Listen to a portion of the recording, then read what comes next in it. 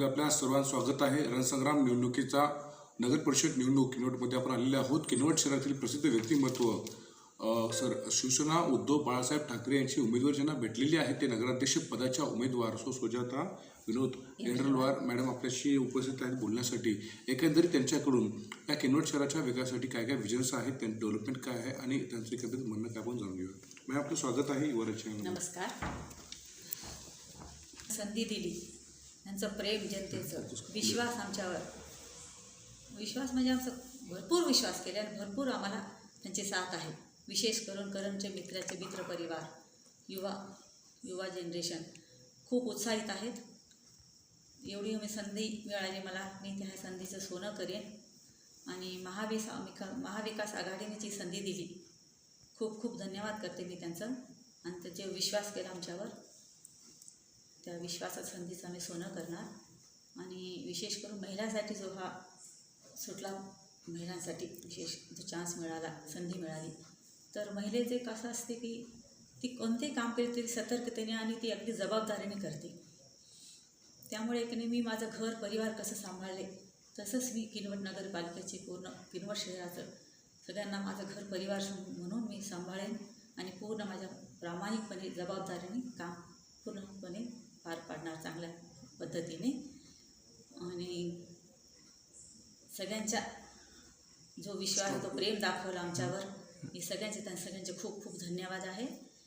आणि मी माझी जिल्हा परिषद सदस्य पण होते, त्याच्यामुळे मला बरंच काही अनुभव आहे त्या राजकारणाविषयी। माझे आता नगरपालिकेत मी अनुभव येईल, मला 1-2 महिने समजेल, पण माझे सर्कलमध्ये 40-42 गाव होते। मी सगळ्या गावामध्ये चांगले कामं केले, संपर्कात राहत होते, तर मला थोडंफार अनुभव आहे। त्या अनुभवानेच मी नगरपालिकेमध्ये सुद्धा चांगलं काम करण्याचा प्रयत्न करीन। आणि सगळ्यांचे भरपूर आशीर्वाद आहेत आम्हाला, तर त्यांचे प्रेम खूप मिळाले आम्हाला, ते आम्हाला जास्त उत्साहित करत आहेत, आम्हाला खूप एनर्जी देत आहेत। त्याच्यामुळे मी सगळ्यांचे धन्यवाद करते आणि पुढील कामासाठी सगळ्यांचे आशीर्वाद घेऊन पुढील ह्या निवडणुकीत विजयाचा आम्ही।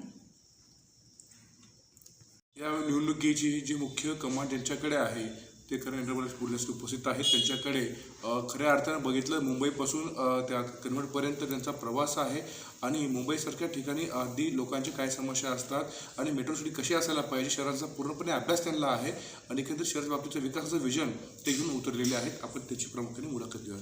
करम भैया आपलं स्वागत आहे युवराजच्या चॅनलमध्ये। बस तिकडे खऱ्यांसाठी उभं टाकले मुख्य कमान तुमच्याकडे आहे, शहरांसाठी बाबतीमध्ये काय विकासाचं घेऊन आपण उतरलेले आहात? बघा, मला बाकीच्या तालुक्यांमध्ये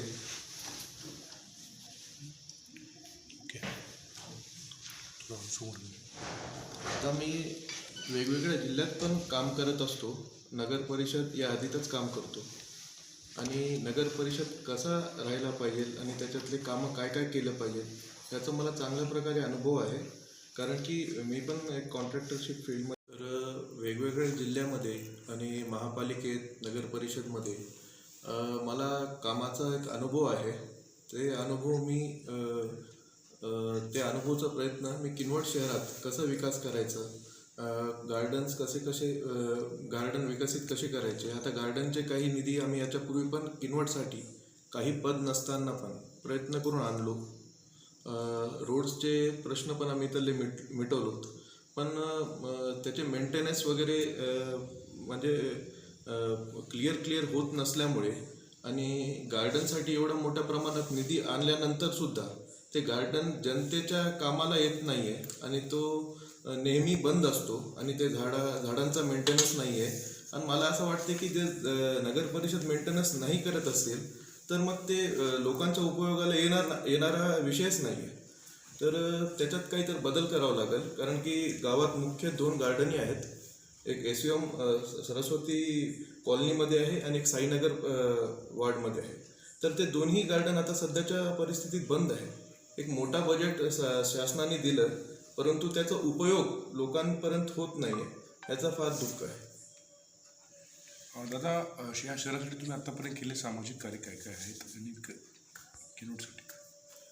सामाजिक कार्य म्हणजे मी प्रत्येक युवा पिढींना एक प्रत्येक त्यांच्या कार्याला कार्यक्रमाला एक हातबळ देत असतो, एक त्यांना प्रोत्साहन देत असतो. आणि त्यांचे जे युवा पिढीचे जे काही धावपळ करतात मदतीसाठी, त्यांच्या पाठीमागे मी सदैव असतो. त्यासाठी त्यांचा प्रेम आज शहराला व शहरातल्या लोकांना दिसून येत आहे. दादा, किनवट शहरातल्या सगळ्यात मोठ्या समस्या काय आहेत? काय वाटतं तुम्हाला? काय मोठ्या समस्या आतापर्यंत जे की एवढ्या वर्षामध्ये सोडवल्या गेल्या नाही आहेत?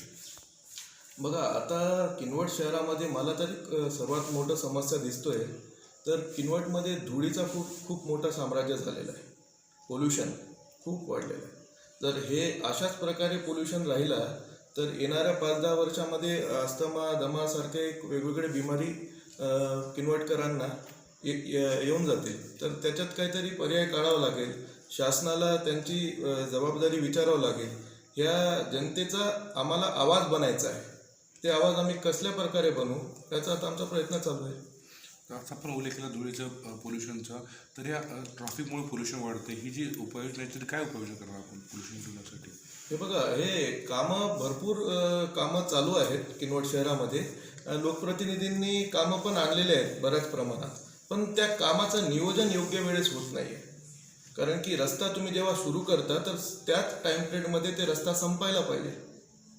आणि आता मी जे SUM सरस्वती कॉलनी परिसरात राहतो, आमच्या या परिसरातल्या लोकांना फार त्रास आहे. आणि इकडल्या जे मांडवा, नागझरी, वंजरवाडी ह्या गावातल्या लोकांना पण भरपूर त्रास होत आहे. कारण की हे जे अंडरब्रिज आहे रेल्वे खालचं, ते अंडरब्रिज एकदम चुकीच्या पद्धतीचं नियोजन केलेलं आहे. आणि मला असं वाटतं की हे जे लोकप्रतिनिधी इथं किनवटमध्ये आहेत, हे जे लीडर्स आहेत, त्यांचं एक विजन पाहिजे. आणि हे लोकांनी विचार केला पाहिजे की हे कोणत्या पद्धतीचा त्रास होतोय. कारण की इस्टिमेट्स होण्याच्या पूर्वी, टेंडर्स होण्याच्या पूर्वी लोकप्रतिनिधीचं लक्ष द्यायचं त्यांचं काम आहे. मग त्यांनी त्यावेळेस का बघितले नाहीत हे सर्व विषय? की आता लोकांना त्या सर्वांचा त्रास त्यांना भोगावा लागतोय. आणि ते चुकीच्या पद्धतीचं हे सर्व कामकाज बंद करण्यासाठी आणि लोकांचा न्याय देण्यासाठी आम्ही आज नगर परिषदमध्ये निवडणूक लढवण्याचं धाडस करतोय. अच्छा. जर सगळ्यात महत्त्वाचा प्रश्न आहे, आता सांगितलं की रस्ते, ड्रेनेज असेल, नालीचं पाणी असेल, या समस्या अजून शहरात मिटलेल्या नाही आहेत. याच्यावरती आपण काय उपाययोजना करणार? अजून रस्त्यावरती पाऊस आला की परत पाणी रस्त्यावरती येतं. एवढे वर्ष होऊन देखील त्या समस्या मिटलेल्या नाही आहेत. कसं आहे की रस्त्यांचे कामं आलेले आहेत भरपूर प्रमाणात. लोकप्रतिनिधींनी पण प्रयत्न केला. आम्ही पण जिल्हा नियोजनमधून प्रयत्न केलो माझ्या लेवलवर. आणि आम्ही मंत्रालय परिसरातून पण निधी आणत असतो, त्याचं धावपळ करत असतो. आपल्या शहरात काय काय विकास करू शकतो त्यासाठी, है ना. पण ते रस्त्यांचे जे कामं झालेले आहेत तर तेच त्यांचे प्लॅनिंग झालेले नाही आहेत किनवटमध्ये. रस्ता झाला आहे परंतु लगेच रस्ता खोदायला पण लागलेत पाईपलाईनसाठी. म्हणजे हे पूर्वनियोजित नाहीत हे लोक. आता पाईपलाईनचं काम तुम्हाला करायचंच असेल तर पहिले पाईपलाईनचं काम केलं पाहिजे होतं, त्याच्यानंतर रस्ते केलं पाहिजे होतं. आता हे म्हणजे त्यांचं जे नियोजनच चुकतं आहे ना, त्याच्यामुळे जनतेला त्रास होतोय. आता नगरपरिषद निधी जो येतो तो पारदर्शकपणे वापरला जात नाही. जो निधी येतो अध्यक्षांकडे, तो अगोदरच्या काळात बघा काय आहे, ते जनतेच्या आम्ही जो फिरलो तो खूप नाराजी जनते दिसली आम्हाला. नाराजी तर दिसणारच आहेत. कारण की ते एक सिलेक्टेड वॉर्डमध्ये ते निधी वापरतात, म्हणजे त्यांचे वोट बँक जिथं आहे तिथं. परंतु तसं न करता जनतेने तुम्हाला जनतेतून निवडून दिलेलं आहे याच्यापूर्वी. तर जनतेचं खरं समस्या कुठं आहे? म्हणजे आता मी बघतोय नालागड्डा परिसरमध्ये, इस्लामपुरामध्ये ते लोकांना प्रचंड त्रास आहे रस्त्यांची, नाल्याचे, आहे की नाही. तिकडं कोणी बघणारे नाही आहेत. तर पूर्वी त्या स्लमच्या लोकांना, स्लममध्ये जे लोक राहतात त्यांना पहिले न्याय भेटलं पाहिजे. आणि विशेष करून गंगानगर परिसर आहे, ते फ्लड झोन आहेत, तिकडे एक चांगलं आपल्याला लक्ष देण्यात यावं लागेल. आणि महत्त्वाचा पॉईंट घेऊया. किनवटकरातील जे शिक्षण आणि बेरोजगार युवक आहेत मोठ्या प्रमाणात, या युवकांसाठी आपलं काही विजन आहे दादा? पण युवकांमध्ये जे युवा नेतृत्व आहे ते त्यांच्यातलं जे सळसळतं रक्त आहे ते म्हणजे त्यांना काय कार्य करण्यात किंवा काय स्पोर्ट्समध्ये त्यांना आपल्याला आकर्षित करावं लागेल. कारण काय फारसा युवा वर्ग आता मी बघतोय ते व्यसनाधीन झालेलं आहे, ते व्यसनाचे बळी पडलेले आहेत. तर त्याच्यातून त्यांना काढायचं आहे. इथं स्पोर्ट्स अकॅडमी काढायची आहे आणि आपल्याला MIDCमध्ये वेगवेगळ्या कंपनीजसाठी लोकांना, बाहेरच्या उद्योजकांना आकर्षित करून किनवट शहरात आणायचं आहे. तर त्यात काय होते, किनवटचे पण टॅक्सेस वाढतात आणि ते शहराच्या विकासासाठी पण कामाला येतात. बरं. आता नुकताच खूप मोठा पूर आला होता, त्या पुराला तुम्ही मदत पण केली लोकांना. त्यावेळेस काय म्हणजे भावना होत्या, काय विजन होतं? म्हणजे खूप मदत केली पहिली आपण, आणि कोविडच्या काळामध्ये पण नागरिक सांगतात की मदत केली, आणि एरवी पण तुम्ही सामाजिक कार्यामध्ये मदत करत असता. तर ही संकल्पना तुम्हाला कुठून भेटली?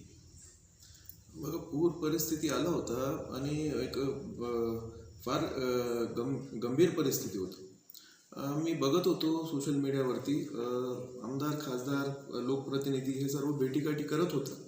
परंतु मला असं जाणवलं की आश्वासनाने सध्या त्यांचं पोट भरणार नाही व त्यांना हिंमत भेटणार नाही. तर मी असाच पूर परिस्थितीच्या लोकांमध्ये भेटीगाठी केलं आणि त्याच्यानंतर मला असं जाणून आलं की ह्यांना सध्या एक 15-20 दिवसाचा काही आधार पाहिजे, महिनाभराचा काही आधार पाहिजे. तर ते आधार मी करू शकतो का, काही देऊ शकतो का? तर मी व माझ्या मित्र परिवाराच्या वतीने आम्ही ते लोकांना एक 15-20 दिवसाचं राशनचं किट वाटप केलं आणि त्या लोकांना, पूरग्रस्त लोकांना तेवढंच आधार झाला. आणि मला असं वाटलं की येणाऱ्या निवडणुकीमध्ये लोकांनी एवढं इच्छुकता दाखवली, ते इच्छुकता त्यांनी त्या पूर परिस्थितीच्या लोकांमध्ये दाखवलं पाहिजे होतं. कारण की प्रत्येक उमेदवारांनी, नगरसेवकांनी ज्याप्रमाणे फॉर्म्स भरलेत, तर तेवढ्या इच्छुकांनी जर थोडं एक 5 दिवसाचं, 2 दिवसाचं असं राशनचं जर मदत केली असते, तर त्या दिवसामध्ये दसऱ्यासारखं सण, दिवाळीसारखा सण होता, तो त्यांचा उत्साहात निघून गेला असता. आता शेवटी 2 तारखेला मतदार पार पडत आहे. किनवटकरातील नागरिकांसाठी आपण मतदारांना काय आव्हान किंवा विनंती काय करणार आहात? हां, तर आता तेच की मतदार बांधवांनी जे विचार केला माझ्याबद्दल आणि माझ्या परिवाराबद्दल, ओपन महिला राखीव असल्यामुळे माझ्या मातोश्री सुजाता विनोद एंड्रलवार यांना संधी दिली आणि आमचं जे विजन आहे काम करायचं, त्यांनी लोकांनी ऑलरेडी स्वीकारलेलं आहे. आमचं लोकांमधला संपर्क, आमची आई माजी जिल्हा परिषद सदस्य पण होती, तर त्यांचं त्या काळातलं कामं वगैरे एकदम व्यवस्थित आणि सुरळीत झालेले आहेत. तर किनवट शहराला पण आम्ही चांगला एक दिशा दाखवून चांगल्या विकासात लक्ष देऊन चांगल्या प्रकारे कार्य पार पाडू. दादा, हे प्रभावी बघा, शासनाकडे मदत व पुनर्वसन या विभागामध्ये त्यांच्यासाठी एक परमनंट हे पूर परिस्थिती असं कसं आहे, आपत्ती असल्यामुळे पूर परिस्थिती निर्माण होते, नुकसान होतं, प्रत्येक गोष्टी होत असतात. परंतु त्याच्यावर काय पर्याय आपल्याला काढता येईल, आपत्ती व्यवस्थापन विभागाकडे आम्ही मदत मागू आणि ते प्रोटेक्शन वॉल किंवा नाला सरळीकरण, खोलीकरण हे जे कामं आहेत ते आम्ही चांगल्या उत्तम प्रकारे करून दुसऱ्यांदा पूर परिस्थिती लोकांपर्यंत एवढा त्रास होऊ नये याचा आम्ही प्रयत्न करू. व माझा पक्ष उद्धव बाळासाहेब ठाकरे शिवसेना आणि माझे मातोश्री सुजाता विनोदराव एंड्रलवार यांना मी उमेदवार म्हणून महाविकास आघाडीने संधी दिली. त्या संधीची आमची मातोश्री नक्की सोनं करेल आणि आम्ही सर्व त्यांच्या पाठीशी खंबीरपणे आहोत आणि जनताचा काहीही प्रश्न असेल ते आमचा प्रश्न म्हणून सोडवण्याचा आम्ही प्रयत्न करू. भाग आहे तिथं आपण पूर परिस्थिती कसं नियंत्रणात आणू शकतो त्यासाठी आपण प्रयत्न करू आणि प्रोटेक्शन वॉल्स असो किंवा नाला सरळीकरण, खोलीकरण या योजना कसल्या पद्धतीने आपल्याला राबवायचं आहे ते आपण शासनाकडनं मदत घेऊ आणि पुढच्या वेळेस पूर परिस्थिती कसं रोखू शकतो त्यावर थोडं आपण लक्ष देऊ. श्री सुजाता विनोदराव एंड्रलवार यांना भरपूर मताने विजय करा आणि विजय आशीर्वाद राहू द्या. धन्यवाद.